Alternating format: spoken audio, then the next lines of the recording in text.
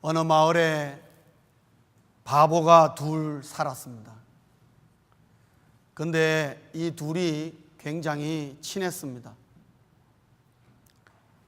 어느 날 밤이 되었습니다. 밤에 이 둘이 바보가 밖에 나와서 하늘을 쳐다보게 되었습니다. 그 중에 한 바보가 하늘에 밤에 떠 있는 달을 보고, 야, 밤에도 저기에 해가 떠 있네? 그렇게 말을 했습니다. 그러니까 다른 한 바보가 하는 말이, 야, 이 바보야, 그거는 해가 아니고 별이야. 그렇게 말을 했습니다. 그 둘이 달을 보고 해다, 별이다 하고 둘이 옥신각신 싸우고 있는데, 지나가는 나그네가 한 명 있었습니다.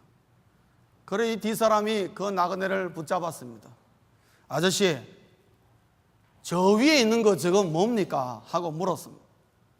그러니까 나그네가 하는 말이, 우리 동네가 아니라서 잘 모르겠는데요. 그렇게 말하더라는 것입니다. 권사님 여러분, 여기에 바보가 몇 명이죠? 예? 어떻게 아셨어요? 여러분, 생각 없이 사는 사람을 바보같이 산다, 그렇게 얘기합니다. 바보는 정말 생각을 못합니다. 여러분, 요즘 너무 세상이 바쁘게 살다 보니까 생각 없이 사시는 분 있으십니까? 바보처럼 산다, 이렇게 생각하시면 딱 맞습니다. 정말 우리의 혼을 빼놓는 일들이 너무너무 많습니다. 성경을 보면요, 인간은 기본적으로 생각으로 산다, 이렇게 말할 수 있습니다. 맞습니까? 인간은 생각으로 산다. 생각이 없는 사람은 인간으로서의 기본적인 기본권을 누릴 수가 없습니다. 세상의 구조가 그렇게 되어 있지요. 그래서 모든 인간은 생각으로 삽니다. 동물과 인간의 다른 점이 뭐냐? 인간은 생각할 줄 안다는 거죠. 그런 면에서 절대적인 차이가 있는 것입니다. 인간은 생각으로 사는데 그 생각은 항상 두 가지로 구성되어 있습니다. 그 첫째는 지성이라는 거죠. 지성. 인간은 뭔가 모르게 지적으로 알고자 하는 욕구가 굉장히 강합니다. 여러분, 얼마나 지식에 대한 욕구가 강하냐면요, 사람은 궁금한 거 못 참습니다. 여러분, 궁금한 거 잘 참으십니까? 궁금한 거 참는 거 보통 일 아니에요. 들어보면 별거 아닌데도 사람이 궁금하면요, 아주 그냥 환장할 정도로 자다가도 벌떡 일어났어요. 도대체 그게 뭐지? 하고 생각을 밤새도록 이만하게 만드는 것이 뭡니까? 궁금증이라는 것입니다. 그거 왜 그러느냐? 사람은 모르는 것에 대해서 뭔가 알아보고자 하는 그 욕구가 굉장합니다. 그 지성입니다. 지성. 그래서 인간만이 인터넷이라는 곳에 굉장히 매료됩니다. 왜냐? 인터넷이라는 걸 통해서 우리에게 지적인 것을, 궁금증을 충족시켜주기 때문에 너무너무 좋아합니다. 요즘은 그것이 스마트폰까지 돌아서 폰과 전화 한 대 가지고도 모든 걸 다 할 수 있는, 그것을 누리고 그것을 또 엔조이하는 것은 뭐냐? 그것이 가져다 주는 지적인 충족이 있기 때문에 그렇습니다. 사람은 지적인 마음 가지고 사람은 말하고 생각하는 것입니다. 그래서 사람은 이해가 안 되면은 안 움직이는 스타일입니다. 동물들은 본능에 따라 움직이지만은 사람은 일단 지식적으로 머리가 뭐가 이해가 안 되면은 잘 안 움직입니다. 그렇죠? 또 하나, 인간의 생각은 뭐로 구성되어 있느냐? 감성으로 구성되어 있습니다. 사람은 무언가 모르게 자꾸만 드러내고자 하는 인간만의 그 욕구가 있습니다. 인간은 자신이 보고 느낀 것을 뭔가 표현하려고 하는 그런 마음이 있습니다. 그래서 인간만이 뭔가 예술이라는 이름을 통해서 여러 가지 다양한 인간의 그 감정을 글로나 또한 미술로나 또한 영화로나 여러 가지 뭔가 표현된 것으로 자꾸만 드러내려고 합니다. 왜냐? 사람은 감성을 갖고 있기 때문에 그렇습니다. 그래서 감정적인 사람은 이해가 안 되어도 마음에 따라서 움직이는 그런 경향도 많이 가지고 있습니다. 왜 그렇습니까? 감성적이기 때문에 그렇습니다. 그래서 어떤 사람들 마음속에는 지성이 강하게 움직이는 사람이 있고, 어떤 사람은 감성이 강하게 움직여서 그 사람이 말하는 것과 그 사람이 행동하는 걸 가만히 보면은 이 사람이 지성이 강한 사람인지 이 사람은 감성이 강한 사람인지, 또 어떤 사람은 둘 다가 아주 적절하게 잘 균형을 유지하기도 하고, 어떤 사람은 둘 다가 부족하기도 하고, 어떤 사람은 둘 다가 너무 과하기도 하고. 그것이 어디서 나옵니까? 생각의 영향을 줘서 이 생각에서 말과 행동으로 나타나는 겁니다. 그래서 그 사람이 말과 행동을 들어보면은 그 사람이 무슨 생각을 하는지, 다시 말하면 어떠한 지성과 어떠한 감성을 가지고 말하는지 우리가 알 수가 있습니다. 지성과 감성이 인간의 생각을 구성하고 있다는 거죠. 그래서 인간은 자신의 생각에 따라 말하고 행동하지만 그 속에는 자기의 지성과 감성이 결합되어서 그것이 어떤 결과물을 나타내는데 그게 말로도 표현되기도 하고 행동으로도 표현되는 것입니다. 그래서 감정이 안 좋으면 화로 표현됩니다. 그 다음에 뭔가 할 말이 있으면 이해가 안 되면 질문이 나옵니다. 왜요? 내 생각이 그것을 용납하지 못하기 때문에 질문이 납니다. 왜 그러냐? 왜 그렇습니까? 하고 묻게 되는 것입니다. 그것은 인간은 자신의 생각에 따라 말하고 행동하는데 그 속에는 지성과 감성이 움직인다는 거죠. 그래서 인간은 생각으로 산다, 이 말 속에는 지성과 감성을 갖고 있다, 이 말입니다. 그것으로 이 세상을 판단하고 이 세상에 있는 모든 것을 결정하며 행동으로 말로 나아간다, 이 말입니다. 그것이 인간만이 가지고 있는 독특함입니다. 그러나 두 번째로 우리가 생각할 것은, 그러나 예수 믿는 그리스도인은 영성으로 산다는 겁니다. 여기서 그리스도인과 예수를 안 믿는 사람과의 커다란 차이점이 하나 발생하게 됩니다. 인간은 생각으로 삽니다. 그러나 예수 믿는 그리스도인은 영성으로 삽니다. 사람이 누구든지 예수를 믿을 때에 하나님께서 우리에게 하나를 더해 주는데 그게 뭐냐? 영성을 더해 줍니다. 사실 이 영성은 모든 인간에게 있습니다. 신을 향한 인간적인 기본 욕구가 있습니다. 그래서 종교라든가 어떤 종교를 통해서 신을 발견하고 그 신만이 내 마음에 채울 수 있는 구멍이 있다, 이 말이죠. 그래서 영성이 없는 사람은 늘 마음속에 뭔가 허전함이 있는 것입니다. 그 무엇으로도 채울 수 없는 구멍이 있단 말이에요. 아무리 먹어도 만족하지 못하고 아무리 모든 것을 가져도 만족하지 못하는데 왜 그러느냐? 영성이 필요한데 하나님을 만나지 못했기 때문에 그 영성이 구멍이 뚫려 있는 거예요. 그런데 예수를 모르는 사람은 그게 구멍이 뚫려가지고 허전함, 거기까지가 모든 거예요. 영성이 필요하지만은 그 영성이라는 것이 마치 잠자는 것처럼 죽어 있는 것처럼 상태에 있어가지고 지성과 감성으로 수십 년간 살다 보니까 지성과 감성으로만 살아야 되는 줄 그렇게 알고 허전함이 있음에도 불구하고 끝없는 욕망을 가지고 쫓아가는 것이 이 세상의 대부분의 사람들이 사는 모습입니다.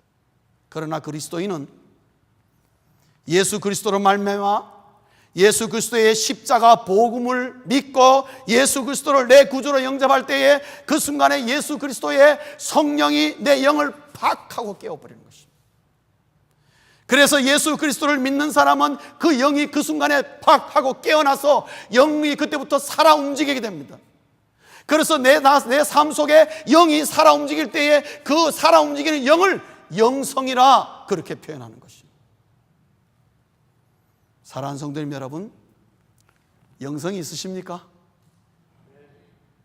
자신이 없네요. 영성이 있으십니까? 예수 믿는 사람에게는 영이 어떻게 되고요? 죽었던 영이 살아납니다. 그리고 그때부터 활동을 합니다. 그렇지요? 그래서 예수 믿는 사람은 지성과 감성으로만 사는 게 아니라, 지성과 감성이 아니라 영성으로 산다 이 말이에요. 그때부터. 그 증거가 뭐냐면요, 예수 믿고 나면은 죄에 대해서 굉장히 민감해집니다. 맞습니까? 이전에는 내가 죄라고 생각 안 했어요. 내 지성과 내 감성으로 볼 때는 그 죄가 아니야. 인간이 살다 보면 그럴 수 있는 거지. 그렇게 생각했습니다. 그런데 예수 믿고 보니까 자꾸만 똑같은 죄 안 돼도 그것이 그때부터 나에게 죄로 다가오기 시작하는 거예요. 내 마음이 그것 때문에 괴로워지기 시작하는 거예요.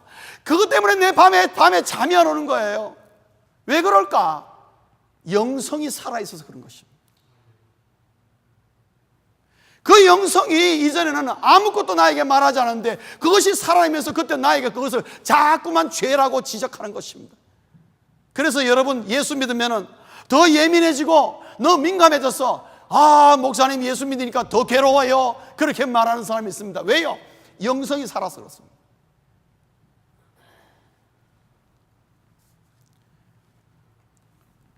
중요한 것은 이 영성이 살아 움직일 때에 이 영성이 내 지성과 감성을 지배한다는 겁니다. 그게 예수 믿는 그리스도인의 다른 점입니다. 지성과 감성 똑같이 움직이는데 예수를 믿으면 영이 살아나면서 그 영성이 내 지성과 감성을 딱 다스려버리는 것입니다. 예를 들까요? 예수를 믿으면 때로는 하나님 말씀이 이해가 안 되고 내 마음에 안 들어요. 그래도 그리스도인은 그 말씀에 순종합니다. 맞습니까? 왜요? 영성이 하라고 하기 때문에 하는 거예요.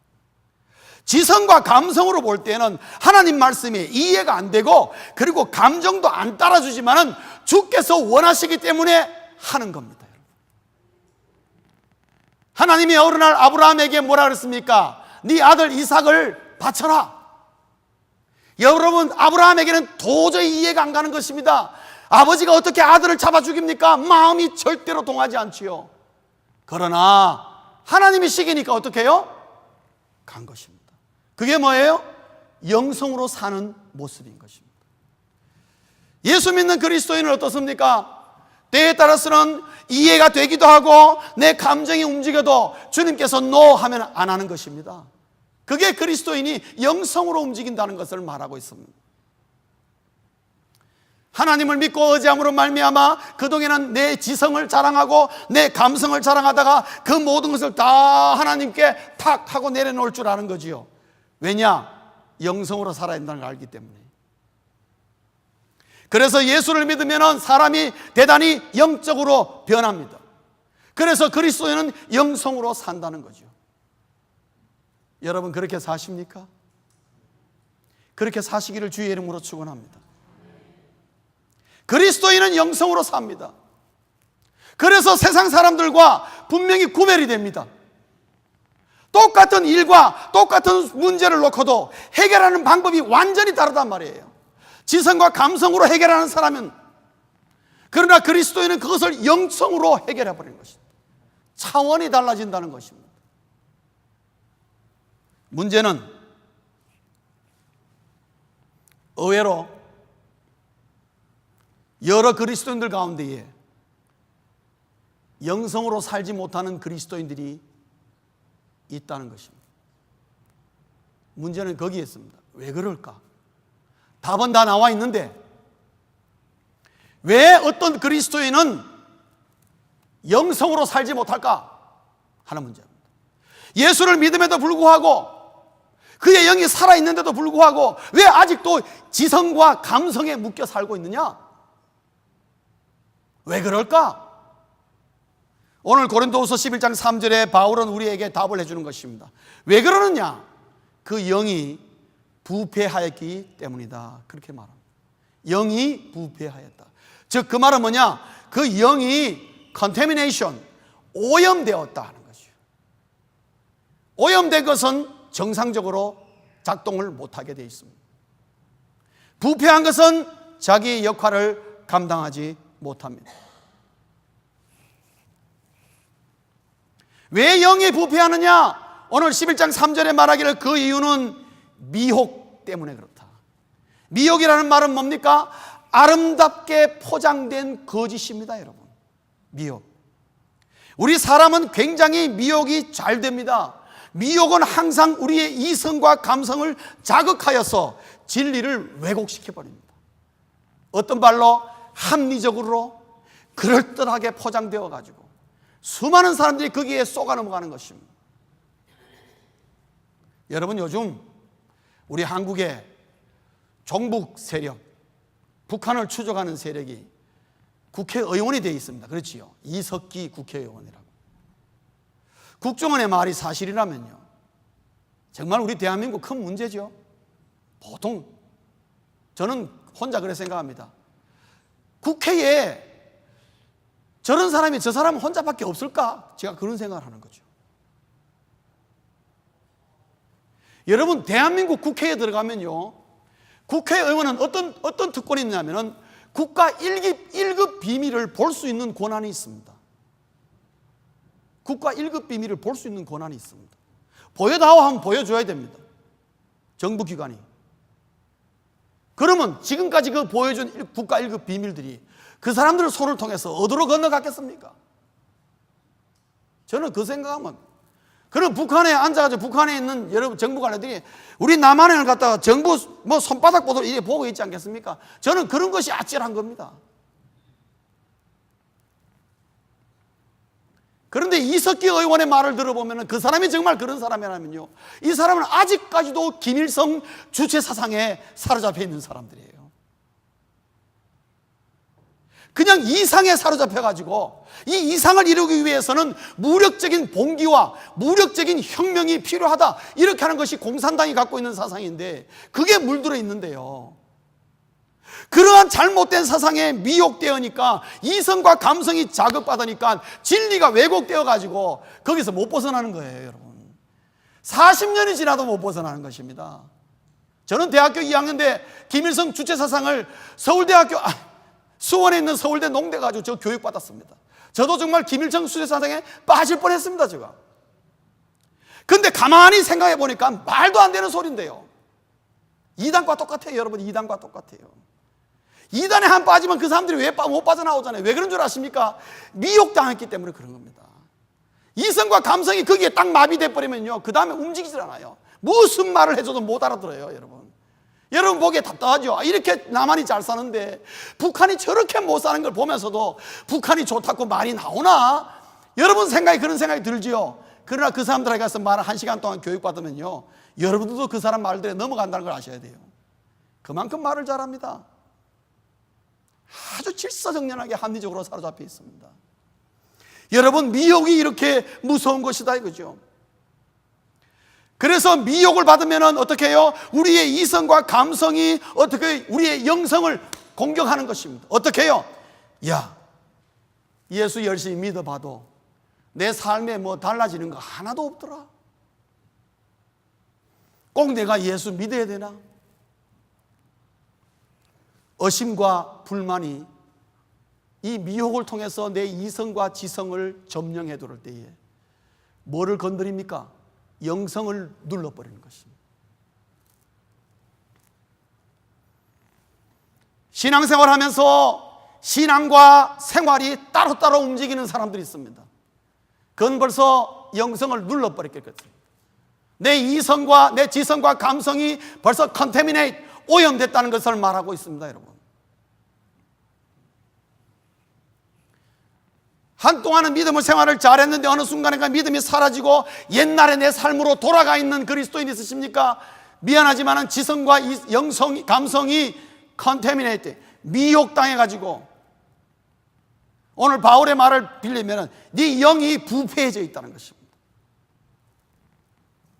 바울의 말은 바로 그 말인 것입니다.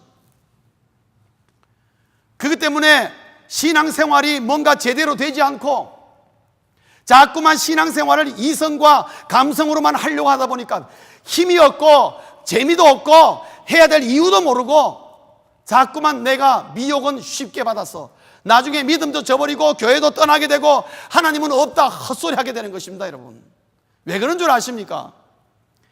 이성과 감성이 미혹을 받아가지고 영성을 눌러버리기 때문에, 영성이 아무것도 내 삶의 결정권이 없는 것입니다. 하나님이 나에게 중요한 영성을 줬지만 그 영성이 내 삶에 아무것도 결정할 권한이 없는 것입니다. 힘이 없어버리죠. 그러다 보니까 예수를 믿어도 지성과 감성에 의해서 이전처럼 그냥 그대로 그냥 사는 것입니다. 아무런 내 삶에 변화가 일어나지 않는 것입니다. 그렇기 때문에 바울이 말하기를 이 미혹을 조심하라, 미혹을 조심하라. 오늘 본문에서 고린도 교회에 강조를 합니다. 미혹을 조심하라. 왜냐? 이 미혹은 창세기에서부터 사단의 관계다, 그렇게 말합니다. 창세기 3장에 보면은 하와를 뱀이 미혹했습니다. 그게 뭡니까? 뱀이 하와를 미혹할 때에 뱀이 한 말은 거짓말이었습니다. 그런데 마치 참말처럼 얘기했습니다. 네가 이 선악과를 먹으면 네 눈이 밝아져 네가 하나님처럼 되리라. 그 말에 하와가 훌떡 넘어가 버렸습니다. 사탄의 관계에, 그리고 부추기는 말, 핑계, 자기 합리화, 그럴듯한 것으로 포장되어서 미혹하면요, 우리의 이성과 감성이 쉽게 점령당해서 그만 나도 모르게 영성을 잃어버리고 영성이 아무런 힘을 못 쓰게 되는 것입니다. 그러므로 우리의 이성과 감성이 항상 영성의 점검을 받도록 해야 되는 것입니다. 여러분, 영성은 어디에 뿌리를 두고 있습니까? 하나님의 말씀에 뿌리를 두고 있습니다. 성령에게 뿌리를 두고 있습니다. 예수 그리스도의 십자가에 뿌리를 딱 두고 있습니다. 그래서 여러분, 영성으로 이 문제를 다루고 영성으로 이 문제를 해결하려고 할 때에 제일 먼저 내 머리에 생각나는 것은 뭐냐? 하나님이 어떻게 할 것인가? 이 생각이 먼저 나는 것입니다. 하나님의 말씀에 이게 맞는 것인가? 그 생각이 먼저 난다면 내가 지금 영성으로 지금 이 문제를 보고 있다는 걸 말하는 것입니다. 그리스도인은 그렇게 살아야 한다는 것을 말하고 있습니다. 때에 따라서는 우리의 상황과 여건이 이해가 안 되고 분노가 발생하더라도 영성을 포기하면 안 됩니다. 많은 사람들이 그만 자기도 모르게 분노가 발생하고 이해가 안 되는 엉뚱한 상황이 벌어질 때에 그만 그게 업세다 해가지고 내 영성을 다 포기해버리고 이성과 감성으로 돌아가지고 그 둘 가지고 다 해결하려고 하다가 이것도 아니고 저것도 아니고 아무것도 안 된 경우가 너무 많습니다. 나의 영성이 가장 현명한 판단을 준다는 것을, 확신을 가지시기를 주의 이름으로 축원합니다. 왜냐? 나의 영성은 하나님에게 기준을 두고 있기 때문에 그렇습니다. 영성으로 산다는 것은 뭐냐? 내 인생의 모든 문제에 하나님을 기준으로 사는 것을 말하고 있습니다.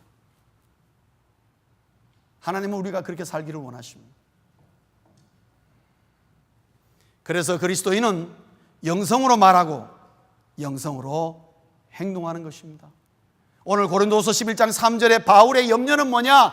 고린도 교회 안에 이단 사상이 들어왔습니다. 이단 사상 때문에 그들이 혹시 주었던 영성을 잃어버릴까 봐 걱정하는 마음으로 이 말을 하는데, 오늘 우리에게도 똑같은 것입니다. 여러분, 우리는 이단 사상에 미혹되지 않을다 할지라도 우리는 이 세상에서 수많은 미혹에 노출되어 있습니다. 여러분, 우리도 결코 예외가 아닌 것이죠. 사랑하는 성도님 여러분, 그리스도인은 영성으로 산다는 것을 꼭 기억하시길 바랍니다. 어느 신학교 학생이 시험 기간이 되었습니다. 딴에는 열심히 공부했는데 시험 문제를 딱 받고 보니까 아무 생각이 안 나는 거예요. 하나도 답을 못 하겠는 거예요.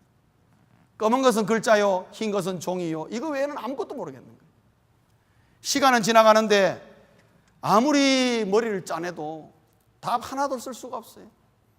시간이 다 되어서 답안지를 내야 되는데 차마 백지를 낼 수가 없어가지고 시험지 맨 밑에다가 이렇게 썼습니다. 교수님, 하나님은 모든 정답을 아십니다. 그리고 저는 그 정답에 동의합니다. 그렇게 적어서 냈습니다. 얼마 후에 시간이 지나가지고 시험지가 돌아왔습니다. 교수님한테. 그래서 교수님이 그 밑에다가 이렇게 적었습니다. 아멘.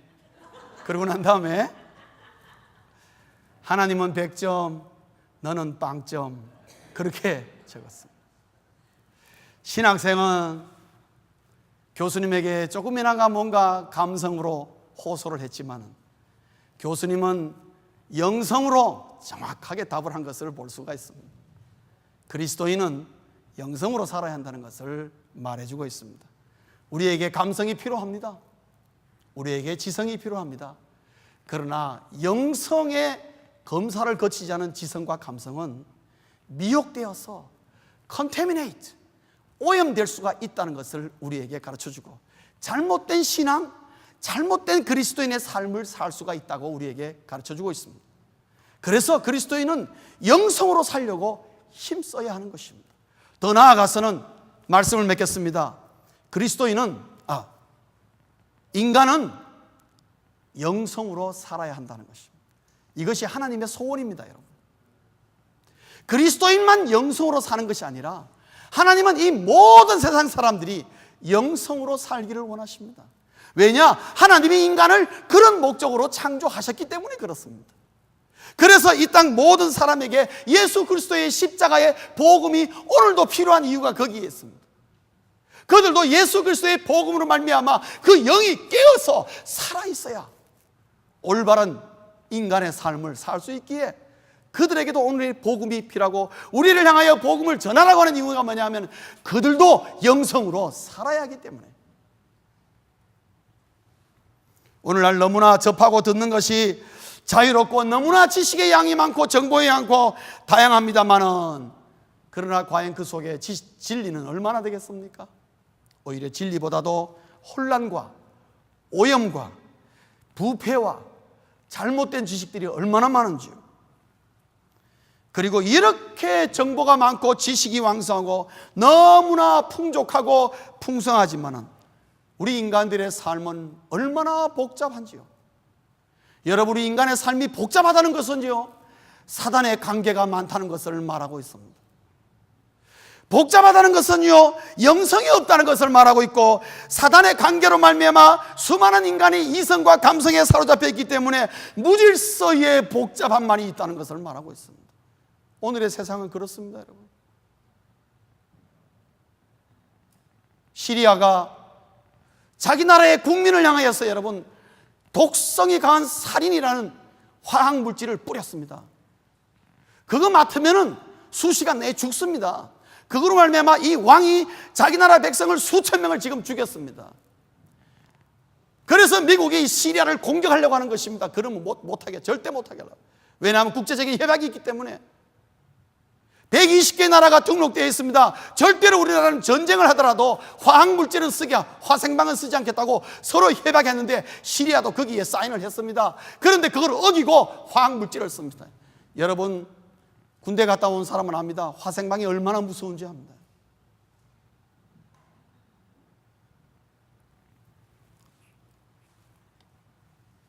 사람을 그렇게 죽입니다, 여러분.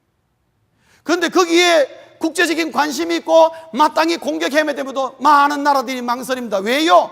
복잡하기 때문에요. 복잡하기 때문에. 무질서의 복잡함이 담겨 있는 것입니다. 사랑하는 성도님 여러분, 우리 그리스도인으로 살면서 여러분 삶에 갈등이 많습니까? 갈등이 많다는 것은 뭔가 영적인 오염이 있다는 것을 말하고 있습니다. 자꾸만 지성과 감성으로 살려고 하기 때문에 내 삶이 복잡하다는 것을 아십시오. 영성으로 살려고 해야 됩니다. 왜 그런 줄 아십니까? 오늘 여러분 11장 3절에 보면은 이 영적인 것은요, 영성은 순수하고 깨끗하고 단순합니다. 그리스도인이 영성으로 살면요, 순수하고 깨끗하고 단순한 삶입니다. 근데 여러분, 순수하고 단순한 삶이 복잡한 것을 이긴다는 걸 아십니까? 여러분, 그거 아셔야 됩니다. 이것을 누구보다도 먼저 깨닫고 기가 막히게 잘 써먹은 사람이 한 사람이 있습니다. 그 사람이 애플의 유명한 스티브 잡스입니다, 여러분. 스티브 잡스는 그 원리를 알았습니다. 단순함이 복잡함을 이긴다는 걸 알았습니다. 그래서 그는 스마트폰을 만들고 세상에 발표하기 전에 2년 전에 벌써 만들었습니다. 스마트폰을. 그래서 만들어가지고 이것들 어떻게 이제 단순화시키려고 무지하게 노력했습니다. 그러면서 그 친구가 만들어낸 용어가 뭐냐? 유저 인터페이스, 그 말을 만들었습니다. 즉 사용자가 편리하게 만들어야 된다. 사용자가 단순하게 사용하도록 만들어야 된다. 그래서 터치만 하면 모든 게 다 되도록 만들어야 된다. 2년 동안 그걸 만지면서 계속 그것을 연구했어요. 그의 생각은 뭡니까? 심플한 것이 모든 걸 이긴다는 거예요. 여러분, 그래서 애플 컴퓨터의 컬러가 뭔 줄 아십니까? 애플 컴퓨터의 컬러 흰색입니다. 그것도 아주 밝은 흰색입니다. 그래서 여러분, 이게 베벌리 힐즈나 가면은 애플 스토어가 있죠? 애플 스토어 가면은 전부 다 흰색이거나 아니면 투명한 유리로 딱 되어 있습니다. 여러분, 산호세 가면은 애플 컴퍼니가 있는데 애플 컴퍼니 전체가 흰색입니다, 여러분. 그 안에 들어가면 모든 사무실, 모든 벽이 전부 다 밝은 흰색입니다. 심플합니다, 여러분. 여러분, 애플에서 나오는 물건을 사십시오. 애플폰이나 애플에서 나오는 아이폰이나 아이패드나 아이포드를 사시면요, 박스가 전부 다 흰색입니다. 그렇죠? 사보신 분 아시죠? 왜 그러느냐? 심플함이 복잡함을 이긴다는 거죠. 사랑하는 성도님 여러분, 기가 막힌 것을 발견했습니다, 이 사람이. 사실이 그러했습니다. 이 스티브 잡스는 마이크로소프트를 굉장히 싫어했습니다. 왜냐? 너무나 유저 인터페이스가 안 돼 있다. 너무나 사용하는 게 복잡하단 말이지. 싫다 이거지. 분명히 커스터머는 단순한 걸 좋아한다는 걸 알았습니다. 그래서 이 사람은 전부 다 단순하게 만들었어요. 받은 손님이 아무것도 손댈 것도 없도록 그렇게 만들었습니다. 그게 세계적으로 히트를 친 걸 누가 알았겠습니까? 여러분, 심플한 것이 복잡함을 이깁니다. 그리스도인은 영성으로 삽니다. 그 말은 뭐냐? 영성으로 산다는 것은 단순하게 산다는 걸 뭡니다. 왜요? 내 인생의 모든 것은 하나님이 결정한다는 거예요. 맞습니까? 하나님이 예 하면 예, 하나님이 아니요 하면 아니요, 이렇게 사는 것만큼 간단한 게 어디 있습니까? 그런데 여러분, 이 세상 우리에게 말입니다. 열매까지 얼마나 복잡한 초이스를 주는지, 초이스가 많은 게 좋은 것처럼 보이지만 얼마나 우리 머리를 복잡하게 만드는지 몰라요. 저는 지금도 식당 가면 늘 갈등합니다. 뭘 먹어야 되나? 메뉴가 얼마나 많은지요. 그래서 저는 전문화를 좋아합니다. 이 집은 순두부집, 순두부만 해라. 그러면 가면 딱 저는 순두부만 시키는데 다른 거 생각 안 해도 되니까. 우동집은 우동, 짜장면 좀 이렇게 팔았으면 좋겠어요. 어느 집에 가면 메뉴가 한 40, 50까지 되면 헷갈려가지고 뭘 먹어야 될지 말이죠. 여러분, 때에 따라서는 단순함이 복잡함을 이긴다는 걸 아십시오. 우리의 삶의 지성과 감성으로 하려면요, 얼마나 복잡해지는지 몰라요. 그러나 영성으로 통일해서 영성이 내 삶을 지배하고 영성이 지성과 감성을 지배하면 하나님으로 딱 통일되고 단순하고 깨끗하고 순수하기 때문에 그것이 이 세상을 이긴다는 것을 아시기 바랍니다. 그래서 그리스도인은 영성으로 살고, 더 나아가서 복으로 말미암아 이 세상의 모든 사람들이 하나님의 영성으로 살면 이 세상은 정말 하나님의 나라가 이루어질 것입니다. 그게 이상이요, 그게 천국의 모습 아니겠습니까? 사랑하는 성도님 여러분, 우리는 영성으로 살아야 하고, 영성으로 사는 것이 이 세상을 이기는 것을 보여주고, 더 나아가서는 아직도 모르는 사람에게 예수 그리스도로 말미암아 영성으로 사는 아름다움을 보여주고, 그들에게도 영을 깨워주는 우리 써니사이드 교회 그리스도인들 다 될 수 있기를 주의 이름으로 축원합니다. 기도하시겠습니다.